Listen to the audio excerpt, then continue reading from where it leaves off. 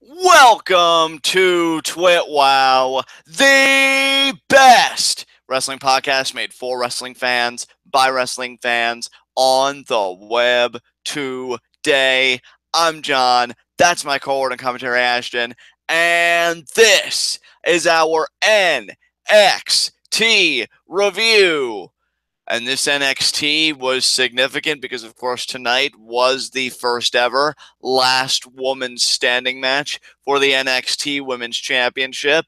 Thought it was a solid outing. We'll get more in depth about the match, when we actually get to talk about it in our formal review. And not only that, we got some great stuff with Oni Lorcan, Hideo, Cassius Ohno, like a lot of stuff going on there. Roderick Strong and Bobby Roode got some nice hype before their match next week. We learned that 2 weeks from now, so NXT continues to build. We've got Heavy Machinery versus the Authors of Pain for the NXT tag titles. So again, another episode of NXT really with a sense of purpose, and they are really kind of packing their television content, and I'm not complaining here. Partner, what did you think of tonight's NXT?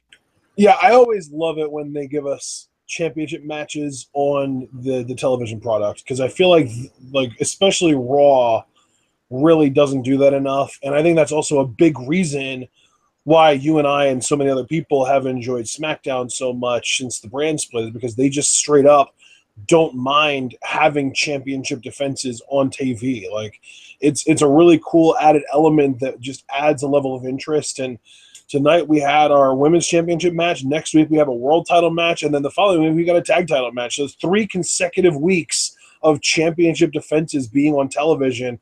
It's going to be tough for them to maintain their momentum after that 2 weeks from now episode. Absolutely, and I like that it's, each of the divisions that NXT has. You saw the women's division get the spotlight tonight. Now it's going to be the heavyweight division with the world title, and then the week after is going to be the tag team division. So, very cool that NXT is doing stuff like that.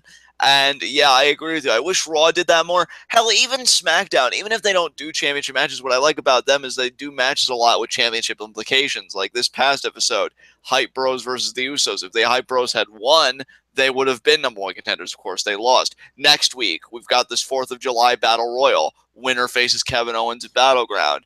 I think when you give your championships a sense of purpose, when you've got storylines like NXT and like SmackDown has got, it makes for a better product. It's a shame that Raw, which is supposedly the flagship, is the one lagging behind. But thankfully, we're not here to talk about Raw. We're here to talk about NXT. So are there any other preliminary comments you want to make? Let's get into it, brother. All right, our first segment, as per usual, Heat of the Night. I really didn't have any Heats of the Night tonight, nor any nitpicks. Did you have any nitpicks at all, or Heats of the Night with tonight's show? No, I didn't. I thought this was a really solid show. The closest thing to a nitpick is just that I felt a little bit bored during certain moments in the main event, but that's to be expected with a match that has sort of a format that's designed to go a little longer and have a lot of downtime. Yeah, my only nitpick of the main event, again, we'll unpack it more. There were certain things that happened that I'm like, okay, that's got to be it. And then when it wasn't it kind of took me out of it a little bit, because I'm like, really? You got up after that? But again, we'll get more in depth of that when we get to the actual match. With that said, though, let us get right into our NXT review, and we open up kind of refamiliarizing everybody with NXT. We get our theme, and then we go to the announce table. We get Morrow introduced, so getting everybody comfortable right away. Very cool seeing him sit there. I definitely enjoyed listening to him on tonight's show, but when we get to the actual action, a guy that I know you're a big fan of, the Velveteen Dream, the artist formerly known as Patrick Clark, goes against Ho Ho Loon. What did you think about this matchup? I mean, it really wasn't much of a matchup. Ho Ho Loon didn't get to do much at all. This was pretty one-sided in favor of Velveteen Dream. Yeah, I gotta say, I love how he works his entrance. I love the look. We've praised Patrick Clark a lot, in the past. I feel like he's really embracing this gimmick. I think for me personally, it's working.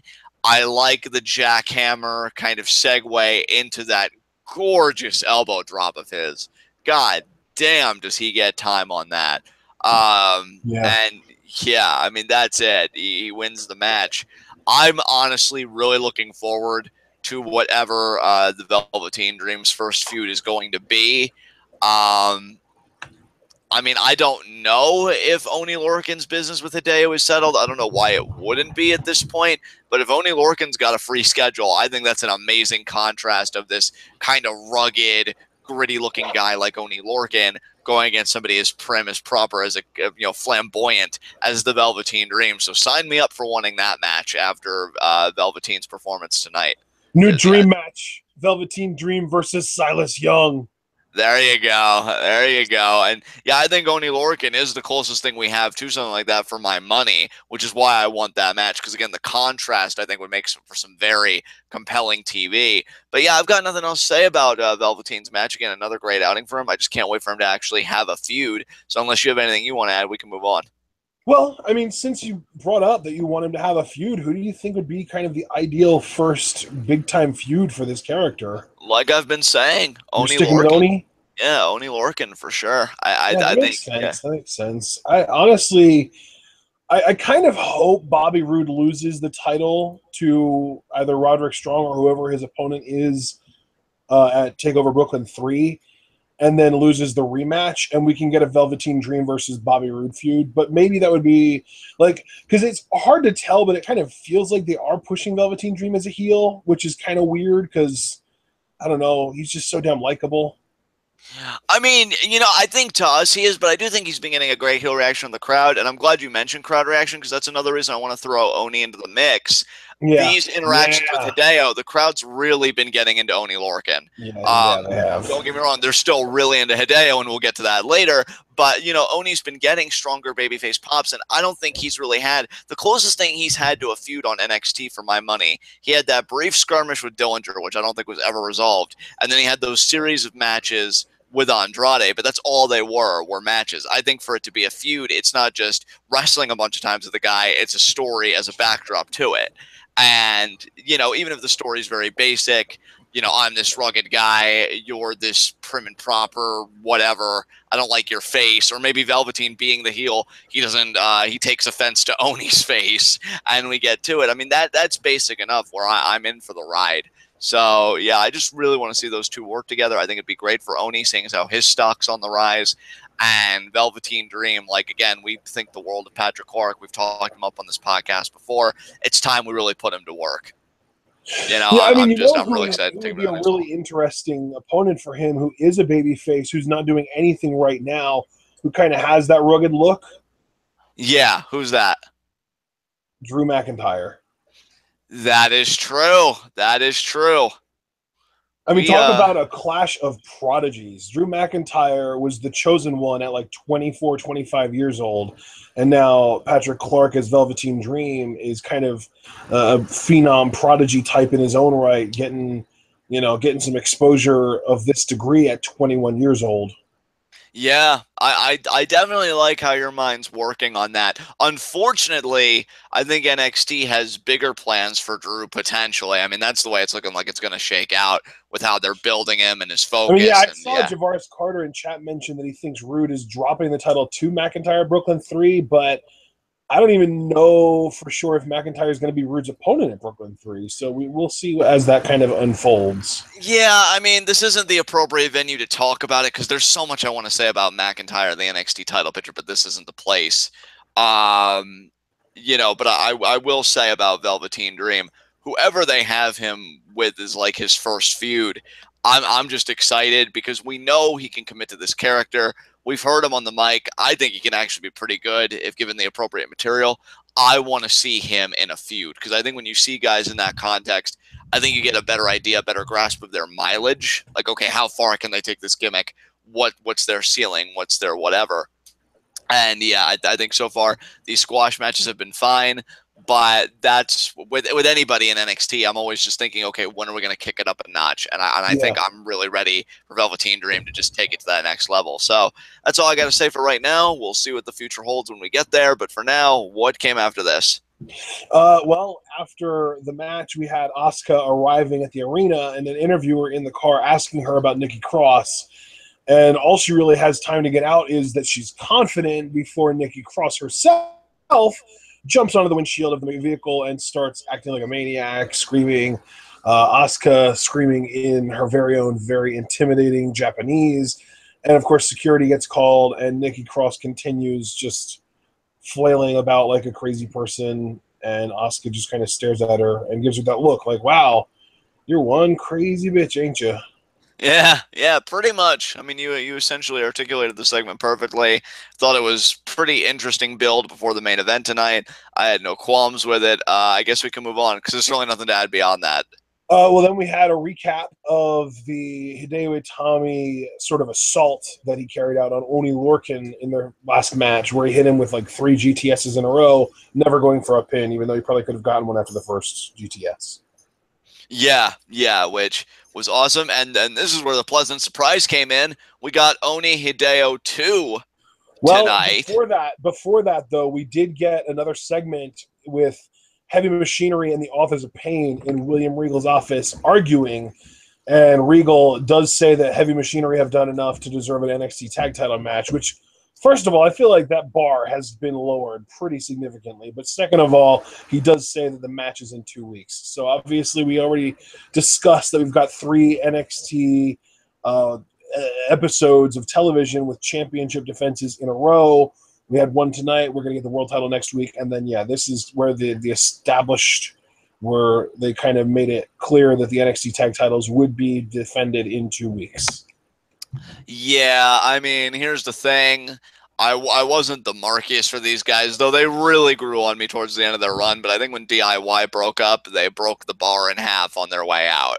And so, guys like Heavy Machinery, because I feel like they didn't even beat any established teams. They didn't. Like, They literally just squashed job teams.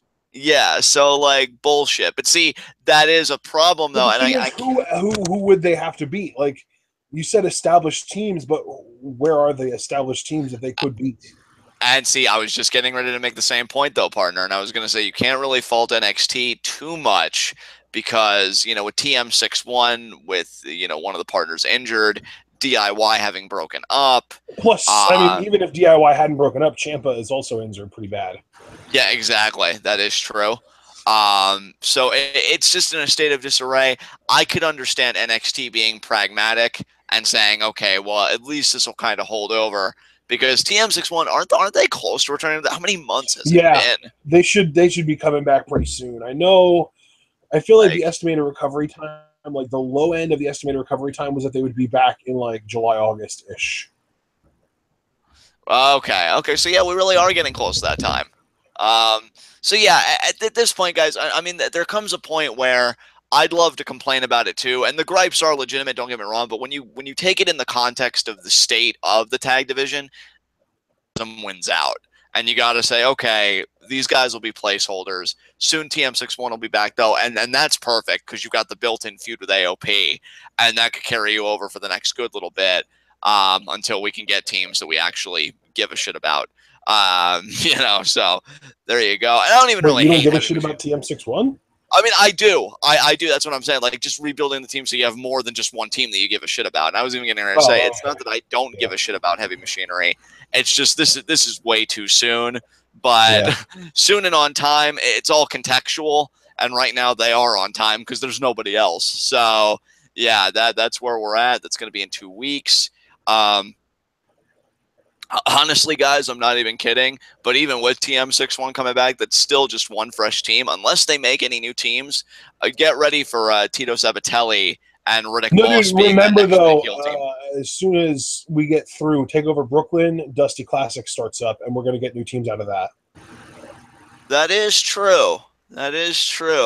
Yeah, I won't completely redact my statement because I still think NXT probably wants to do something with those guys, but we'll see how the Dusty Rhodes Tag Team Classic shapes out. Yeah. I'm hoping one day we get a team that, I mean, there will never be another Revival, honestly, but of the quality of the Revival or DIY, I'm waiting for that next team, so hopefully they show up soon. And to be fair, DIY were thrown together at first too. That is true. So yeah, that's all I have to say about this segment. Unless you have anything we want to add, we can move on. All right, let's move on. Up next was the second match of the night, Itami versus Lorcan.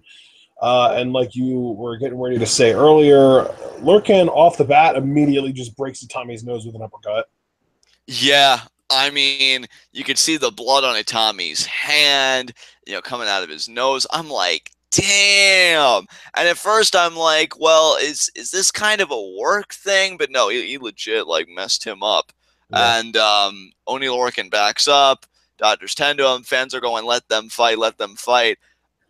Now, normally this would have been like the low point of the show, but given what it would become, I actually am totally cool with this. And I actually feel like it was kind of cool in hindsight, given that, again, Hideo brutalized Oni 3 weeks ago, and then Oni responds with this, and then they're still not done. But we do have something in between this. We can't jump right into the rest of the stuff they did, unless you want to, and you want to package it all It's like together. round 1, fight, Hideo wins. Round 2, fight, Lorcan wins. Round 3, fight, and then we get our next match, which we'll talk about soon. Yeah, so I like this. The crowd is saying, let them fight, let them fight. And I've got quite a bit to say when we actually return to this, but we can't right away. Do you have anything you want to say before we get into our next little thing?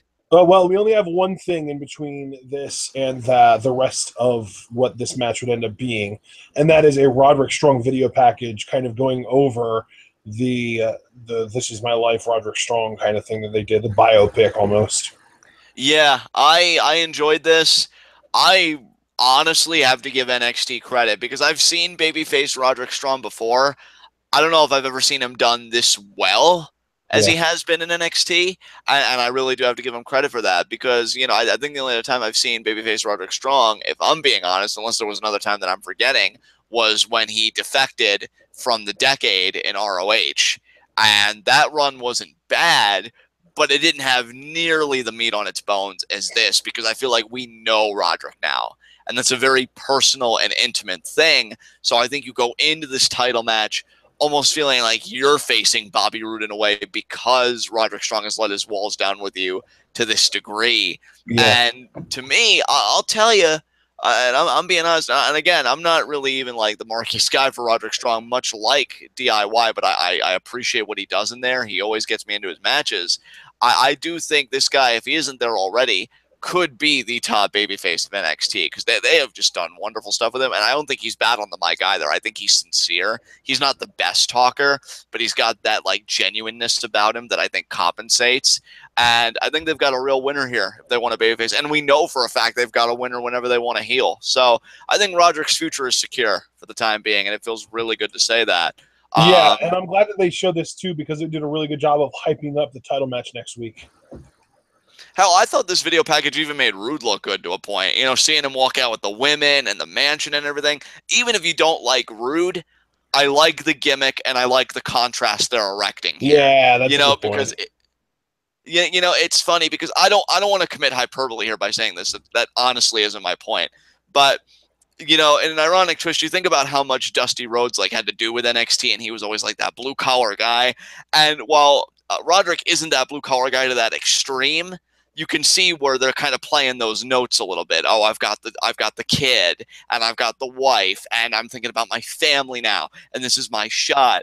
And Roderick even says in the video package, like, yeah, he's got more money than me. He's got you know, this theme that makes him so great. But if you take away the music, you take away the title, who really is Bobby Roode? So, you know, I'm digging the tone of this match. And again, I think they've got a real ace in Roderick Strong to be either a babyface or a heel. And when you can do both, and especially when you've got writing to help you do both, as I feel like it did for Roderick being a babyface in particular, you've definitely got job security. And I'm happy for Roderick, you know, that he has that. So great stuff. Looking forward to the bout next week.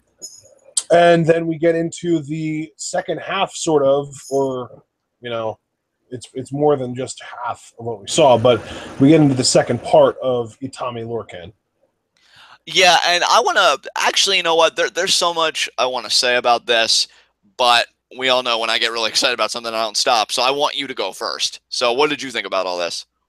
Well, I thought that this was really, really cool because Itami coming out with his nose stuffed full of cotton balls and some corrective tape on the bridge of his nose just made him look like such a badass. And he really did kind of dominate like 70-75% or so of the match. Like he was on top for most of the match. And it's mostly because he kind of got the quick start that Lorcan got in the first part of this match. But yeah, I mean, Lorcan got a cool little combo where he hit two two diving uppercuts and then a blockbuster, but then he got hurt, and Hideo was like looking, like trying to like see if he was okay, and he slapped Hideo's hands away, and it pissed Hideo off. So Hideo said, "Screw it," hit him with GTS, and picked up the win. Okay, where do I start? Because I'm probably going to reiterate some of your points, but I'm just so giddy with this. Like, I love Hideo. I think he cracked my top 5 just at number 5 in our last quarterly. If anything, he's moved up big time since then. I fucking love Hideo. And I got to say, first and foremost, I think him coming back out with the readjusted nose, I don't want to say this with the utmost confidence, but I do think it did great things for his image. Because I don't know about you, but I know for a fact that I've gone on YouTube videos with like Hideo highlights, for that episode of NXT, and people will make jokes like, "Oh, breaking news: Hideo stubbed his toe, out for 2 years," because of his bad luck with injuries. I'm not gonna say he's injury prone. I fucking hate that shit, but he has had setbacks, and I think people have kind of associated that with a Tommy, kind of made it a running joke. So for him to come back out with this readjusted nose, it's like, go ahead and make a joke. Because I'd love to be given any reason to take your fucking head off. And I really, really dig that. I love the grittiness of it. I love what it does for his look. And more generally, I just love this Itami. Now, I know people might say, like, this really isn't a different Hideo Itami, but I feel like he has become, since returning from the shoulder injury, far more aggressive. Yeah. And I look, dude, I'm going to shoot straight with you. This is not me trying to be dismissive of anything. I personally couldn't give a fuck if this guy is a face or a heel. If he's beating the shit out of guys like that, what he is entertaining. Like, that is good shit. And credit to Oni Lorcan, too, because I am not going to bitch that man out. I was actually hopeful, and you can vouch for me on this, because when Oni was favoring the leg, I'm like, oh man, NXT, this is so good. We're gonna get 3 matches, aren't we? Because I wanted them to keep going. Like, I'm not tired of this match yet. It just sucks me in every time. And I thought Oni was gonna outsmart Hideo. And then you and I had a little bit of laugh with each other, because then Hideo picks him up, he hits the GTS. And you're just like, well, guess he's not winning. And all I said in response was, welp. But, that aside, this was great. And before I was a bit tentative about Hideo's future in NXT. Hell, apparently so many people were. There was a rumor he was going to go back to Japan, which they shot down immediately. But I'm hoping if he keeps on this trajectory that we can call him an NXT champion before the end of 2017. I doubt it, for the record, but, hope and reality, 2 distinct things. That is my hope, because I am really loving his work right now, and he beats Oni Lorcan. And do you have anything else you want to add before we get even further into what Hideo did tonight? I mean, I don't ever like saying that I think somebody's going to be a certain champion by the end of a certain time period or anything like that, because it never comes to fruition. But whether he wins the NXT title or not, I think as long as his health stays with him and he doesn't get injured big time again, I think we can expect him to be a post-WrestleMania 34 call-up. Dude, I hope you're right. I hope you're right. And here's the thing. You know what? Maybe I shouldn't even be so quick to say that, because we do talk about mainly on Raw. I feel like NXT has kind of done better in that regard. Or, excuse me, SmackDown's done better in that regard as it regards NXT call-ups. But I don't want them to. Unless you're Ty Dillinger, which, why the fuck, SmackDown? You have so much to answer for.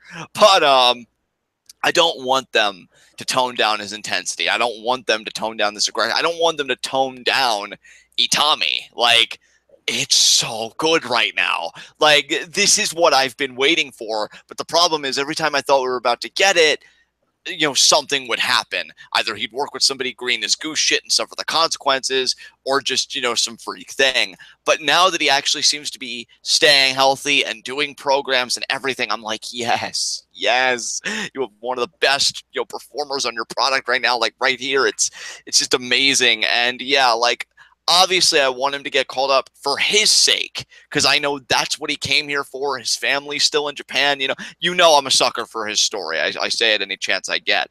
But for my own selfish reasons, I just kind of want to look at him and say, are you sure you can't live on peanuts? Like, are you positive, bruh? Because, like, it is so good right now. So, yeah, I mean, I don't think you're wrong. but there is a part of me that really wishes you were because it is really entertaining right now, and I don't want the fun to stop, but I know inevitably it has to. So that's just what I wanted to comment there. Continue. I mean, I'm going to give the floor back to you to kind of round out the rest of what happened here. All right. Well, after the GTS and the win by Hideo, he actually calls out Cassius Ohno on the mic. And when Ono does come out, they kind of start to have words, but nothing really gets said on the mic that we can hear or anything like that. And next thing you know, Nikki Cross randomly shows up, and Alexander Wolf and Killian Dane assault Ono and Itami. We aren't sure why. There's no real explanation. But then Alexander Wolf cuts a promo about, ending pleasantries with chaos and rambling about Eric Young's master plan. And that's really about it. Like, he doesn't really say anything of substance here. But this is all just kind of used as a way to transition from this to the Nikki Cross Asuka main event. Let me ask you something, not entirely out of left field, but I'm just kind of want to poke your brain a little bit. Were you, I don't want to say happy. Let me just put it to you straightforwardly. How did you feel about Alexander Wolf's promo? And was it weird to you that he talked? Because it was a bit off-putting to me. I don't know how you felt about it, though. I wish I would have been able to understand him better, honestly. Yeah, like, he kind of lost me a little bit, which is, crazy coming from a guy that I always say I'm a fan of Bray Wyatt's promos. But, I don't know if I'm a big fan that he talked, if I'm being honest. I'm not trying to be overly critical. It's just, I mean, feel like Killian Dane said something, too. Yeah, yeah. Because remember, Alexander was like, oh, how do we put an end to all of that regarding, like, being nice and forced friendships and pleasantries and shit. And he handed the mic over to Killian Dane, and Killian Dane said, chaos.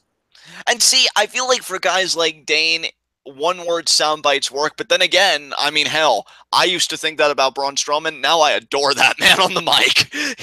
I don't like scarves, and I don't like you. I killed a snake once. I ripped its skin off and drank its blood. I fucking adore Braun Strowman. You are a beautiful teddy bear of a man, and you just deserve everything. But yeah, I don't know, dude. Again, it's not me trying to be overly critical per se. It's just that I feel like Sanity had a mystique about them, and it's not totally ruined. I'm not going to commit hyperbole here, but it was just a bit off-putting to hear them speak. Killian Dane I could forgive, again, because he's this big, brood, and they normally do like the one-word stuff, and he just did. That's fine. Alexander Wolf, though, it wasn't terrible. Actually, to be quite honest, I think if he could find his voice, he'd be decent. But I think that's precisely the problem. I don't know if he was trying to find his voice, but it couldn't quite connect, or if like he did, and this is it. But either way, yeah, I was just a bit perplexed, I think is the word I would use about the whole thing. Definitely perplexed. Yeah, that's fair. It was weird. All right, so I guess we get into our main event, or yeah, absolutely. Nikki Cross versus Asuka, and I'm just going to be perfectly straightforward with you, John. I really don't have much to say about this match. I appreciate that they went to great lengths to make the last woman standing stipulation feel like it was being used to its fullest extent, but they didn't really do anything we haven't seen before. They did some stuff we haven't seen before from women, but that's, I like to avoid grading on a curve. So we really didn't see anything in this match that we haven't seen before. The finish was the suplex off the ladder onto the announce table. And that moment would have been so much better if it was onto any other table so that we could have actually had commentary while it happened. Yeah, I can see where you're coming from that point, where I will give the match points, because, I mean, Paul in chat said he adored it, and I'm happy for him and those like him that adored it. I thought it was a great match, but again, and maybe it's just me, maybe it is a John thing, but like that there were points in this match where I'm like, and that's it. And to a point, I knew that it wasn't, because we could look at our time things and we knew there was still time. But like in my mind, right, trying to get absorbed in this, I'm like, oh, there's no coming back from that. And yet Asuka would keep getting up, like the power bomb onto the stack of chairs. I'm like, oh, there's no way. And then she got up. And then when she like kicked the light fixture and her leg, You know, I thought that was going to lead to a finish, but she was able to power through it. You know, again, a great match. I'm not going to say it was terrible by any means. I mean, they went out there, they busted their asses. And I think one strong point was it definitely upped the ante as time went on. I mean, you start just with the basic in-ring offense that's still devastating. But then you upgrade to weapons, and then the weapons themselves get upgraded. You know, we go from chairs to, oh, let's kind of fight in the back here. Or you kick this light fixture. Now I'm going to hit you in the midsection with a ladder. And then, of course, like you said, the announce table comes into play. So I like that the tempo just kind of built and built and built until we had that crescendo. Because I feel like that's how last, well, in this case, woman standing matches should work. You know, I felt kind of bad for Nikki Cross because I feel like she really did bring the fight. Like, she did her finisher 4 times, and again the power bomb on the chairs and just everything else. And Asuka kept getting up. But granted, it could have been a lot worse, because one of the fears I had, if I'm being honest, was that Nikki Cross was going to get bitched out, and something that I could have believed her to get up at 9 from, she wouldn't. But I could buy her being knocked out, you know, suplexed off the ladder or through the announce table. So credit to NXT there. I feel like they did protect Cross well enough. It's just, yeah, at times I just thought Asuka was a little OP for my taste, but that's really the biggest criticism I have of this. Other than that, I thought it was a fine showing between these two. And yeah, now Asuka can look forward to what I'm assuming is going to be her rematch with Ember Moon at Brooklyn 3. So not much more I can say than that. Yeah, that definitely feels likely. I saw the mastermind in chat said that this was the best of the 3 women main events this week. I actually disagree. I think that the women's Money in the Bank rematch was better than this. You know what? I would agree with that. I would agree with that. And I'm also not ashamed to say that I think my bias is kind of joined because, again, Carmella is just doing it for me right now. Loving her heel work immensely. But you know what, though? If for some people, like, this was their best match, hey, more power to you. I love Nikki Cross. Again, my only concern, again, is sometimes I wish the character would tone it down a bit. And Asuka's still going strong. Like, they've still got that story with her that whoever beats her is just going to be instantly made, you know, gangbusters. So, yeah, I mean, no complaints here. I still think the women's division really across the board, save for Raw, but even Raw's starting to get it right a little bit now that they've got focus with Sasha and Alexa. But I was going to say, yeah, Alexa Bliss really feels like she's kind of revived the division in a sense. Yeah, and who would have thought that we'd be crediting her for that? Like, that's really something that she's come that such mic a work, long way. man. It's that mic work. Absolutely, dude. Absolutely. And Carmella's really hitting her stride. Asuka's still strong as champ. And again, Nikki Cross, you know, if anything, in a way, she does kind of a little more badass even after this, because it's like, oh yeah, I had to get superplexed off a ladder through an announce table to be stopped. Yeah. What chance do any of you have? So that's what I'm really grateful for, because I think in matches like this, I'm not so much worried about the winner, because, I mean, obviously they win, as I am about the loser and like, oh, were they protected enough in this and that? And I can say for this match, to give it the biggest compliment, yeah, they looked after Nikki Cross, and I'm happy about that. But I've got nothing else to say. You said at the outset you really didn't have much to say, so should we move on to our last segment? You're in the driver's seat, brother. All right, high spots and low shots. I'm going to say my low shot is Oni Lorcan. I love you, Oni. I was really hoping for a third match between you and Hideo. You started breaking his nose, but Hideo not only came back out and was like, no, I want to finish this fight, but he ended it too. I thought you were kind of playing possum, and I was going to give you some points for that. But no, your ankle really was tweaked, and that really was the end for you, wasn't it? You got put right to sleep, and you're not even aware that this is happening right now. But when you wake up, know that you can have a ribbon that says John's low shot for the week. So what about you? Who's your low shot? I thought you were going to give him a ribbon that said you tried. That too. That too. I mean, I guess my low shot almost has to be Nikki Cross, doesn't it? I mean, we didn't really have any expectations for Ho Loon, but Nikki Cross, this really did kind of feel like her last shot at Asuka, and it didn't really work out too much. Oh, yeah, it's totally back of the line for her. But you know what, though? I mean, that's just going to make when she does emerge at the front of the line all the more interesting, depending on which champion, like who the women's champion is waiting for her at that time. Because it may be Ember Moon, and that would be a fresh matchup. So we'll see when Nikki Cross gets her shot again. But you're absolutely right. Excellent choice of low shot, because that'll be her last title shot for a while. My high spot, I'm so fucking giddy after watching his stuff, so I gotta go Hideo. Um, for the record, guys, I still adore Andrade. In fact, I really missed him this week. I want to see him back on my TV. I want to see this whole thing with him and Thea Trinidad play out.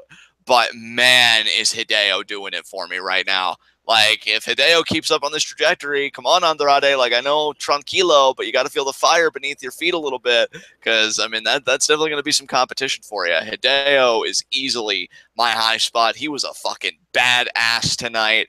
And you even mentioned to me in conversation, like, oh, how does it feel that he kind of, imitates the Benoit throat slit? I get goosebumps every fucking time, but it's not even just because of that. It's just, it works. I buy it. I'm into that intensity and aggression, and I want to fight the world. So, yeah, Hideo, thank you, man. It was like a shot of adrenaline in the arm. High spot and smiles all the way. So, who's your high spot? Well, you already kind of took one of the winners tonight, and I feel like giving Asuka the high spot would almost be redundant because, we already established that she kicked Nikki Cross to the back of the line, and I don't think a lot of people really got kind of worked up thinking, oh, Nikki Cross is totally going to beat her for this or anything like that. So Asuka's expectations were lower, but really at the end of the day, I also want to just say, like, Velveteen Dream, like, what the hell did we expect? Of course he's going to beat Ho Loon. So kind of going out of left field, my high spot's actually Heavy Machinery because whether earned or not, they got tonight. They were given an NXT tag title match in 2 weeks. So that's a big, big moment for them. Yeah, absolutely. Absolutely. I'm glad you brought that up because I was even going to say the only entity that seemed to have a better night than Hideo was Heavy Machinery because they won nothing but squash matches and they've got an NXT tag title opportunity in 2 weeks. Imagine if it was that easy in the men's heavyweight division. I know, right? Andrade would have gotten like 50 title shots by now. Oh, Andrade and Hideo, hell. But yeah, I mean, great stuff. Do you have any concluding remarks about tonight's NXT? No, let's close it out, baby. All right, guys, this has been NXT. This has been TWitWoW, the best wrestling podcast made for wrestling fans, by wrestling fans, on the web today. I'm John. That's my co-word and commentary, Ashton. Guys, be sure to comment, subscribe, and like the video. The more likes you leave, the more likely we are to be the top search result for NXT reviews on YouTube. And when you're the best at what you do, the top is the only place that you belong. So please, if you haven't done so already, please leave that like. All right, guys, with NXT out of the way, just to tell you the content that's going to be coming tomorrow. And I think that may be our last content for the week because I know Great Balls of Fire isn't until next week. So this isn't a pay-per-view week. Tomorrow is Q&A. It's on Asia's birthday, so it's more of a festive Q&A than normal. But yeah, you have got less than 24 hours at this point to submit questions for Q&A if you haven't already. Going to be a very interesting Q&A because we're now doing them the last Thursday of every month, beginning tomorrow. So if you haven't gotten your questions in yet, please do so. You have a multitude of avenues that you can exercise. For example, you can wait for this video to finish processing. And when you're able to leave comments, you can comment on this video with your questions. You can go to our Twitters. They're in the description box along with the rest of our media. You can go to my Twitter or Ashton's Twitter and tweet at us with your questions. I personally have a pinned tweet every month dedicated to Q&A questions. So, you can go there or you can slide into my DMs. I mean, I'd actually kind of appreciate it because the only person really doing that right now is James, and it gets a little awkward. So, if you want to do that as well, that's great. If you want to submit the questions through the TWitWoW Facebook, please leave a like on the Facebook page if you visit it. But you can inbox us your questions there. I know that's Alex Foster's preferred method. And with a man with hair that amazing, I mean, he certainly can't be wrong, right? So, yeah, there's no reason why your voice can't be heard for Q&A. So another option, if you donate to the Patreon for future months, you can also just send us messages in Discord with your questions. That is true. That is true. You can just get right at us like, hey, John Ashton, yeah, I got questions for your faces. Oh, okay. It's a little intense, but all right. Right in the Discord. You could let us know straight up. You gonna get got with my Q&A questions. And lastly, I wouldn't necessarily call them rules, but, standards that we like to govern our Q&As by. 4 questions per Q&A, and you can divvy these questions up any way you like. If you want 2 answers for the price of 1 question, you're free to ask any question to both of us. But if you feel like these questions are specialized, like I know Ashton, very intelligent football guy, you want to get the football scoop, from him, you could just say, oh, Ashton, what do you think about the Raiders defense this season, or what have you?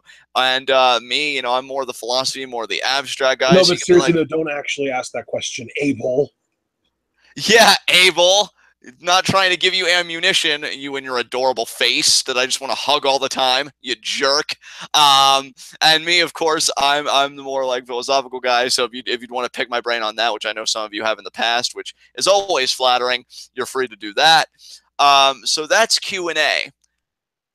I think to plug is the Patreon. You guys should know that we've removed the tier that's just reviews. So now it's either live reactions or live reactions and reviews in a bundle. And we feel like this is going to work out because we know most of you guys say anyway that live reactions is better. So we've just decided to remove reviews altogether, and that's our new kind of tier thing as far as that goes. But we've added a new thing, and my partner's already mentioned it, and I've mentioned it in past commentaries. We now have a Discord. TWitWoW Discord, I think, is the most intimate experience a TWitWoW fan can get with myself and my cohort and commentary here. You get to talk with us, in real time. Just be like, oh, hey, guys, what's going on? And you can talk about, wrestling, video games, really anything, because we've got a tab for general talk and then a tab for wrestling talk. I've been more participatory on the Discord. I'm working on, being a little participatory each day until it becomes just second nature, because I'm definitely weaning myself off Twitter. I'm not as active on Twitter these days.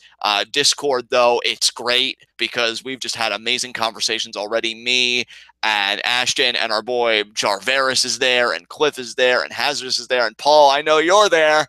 You're getting there. You're figuring it out. And we had amazing discussions about, New Japan. We know G1 is right around the corner, you guys. We got to do that. We talked about, the nature of the business and like different opinions about like, oh, the health and the welfare of guys that work certain styles. And you're not going to get that on Twitter. Like I've already made it a point. I am not going to have some more discussions on Twitter. Those are Discord exclusive, baby. So yeah, for just $3 a month, you get to take part in those experiences, and we get to have our own memories that nobody else gets to know about because Twitter is becoming for marks. So yeah, it's really cool. Just $3 a month. And like we noted on our Lucha Underground review, guys, if you donate the $3 a month, and let's just say for all intents and purposes, obviously you could work it a multitude of different ways, but say you saved up for 10 months and you had $30, you could cash that in for a TWitWoW live reaction of a 3-hour show. So it's the gift that keeps on giving. You get the most immediate benefits of being able to talk with Ashton and myself and some of the TWitWoW faithful already. Again, Hazardous, Jarveris, Cliff, Paul. And you get to cash your chips in later. Oh, I've been donating $3 for 10 months. I want me some live reactions. Let's do the worst TNA pay-per-view ever or this show ever, and we'll do it. We will do it for you because we care and we're dedicated. So yeah, guys, I think it's a great tier. I think it's a win-win-win situation. And if you haven't gotten in on it, please do so, because I think this is definitely the best thing we're offering. And if I could be so egotistical, I think it's the best thing that a lot of Patreons offer. Because I think more generally it's just, oh, I'll tweet my thanks, or oh, I'll include you in the credits of my video. Nah, man, we're giving you that direct access. We're giving you that good shit. So yeah, if you haven't gotten in on it yet, please do so. Please consider it. We'd love to have you. So in the meantime, guys, if you haven't already, again, submit those Q&A questions because the clock's ticking, and we're going to be blowing out candles tomorrow because it's Asia's birthday and Q&A, so it's going to be a packed day. But until then, guys, we hope you enjoyed this NXT review. Love you guys so much. You're amazing. And until then, tune in and peace out.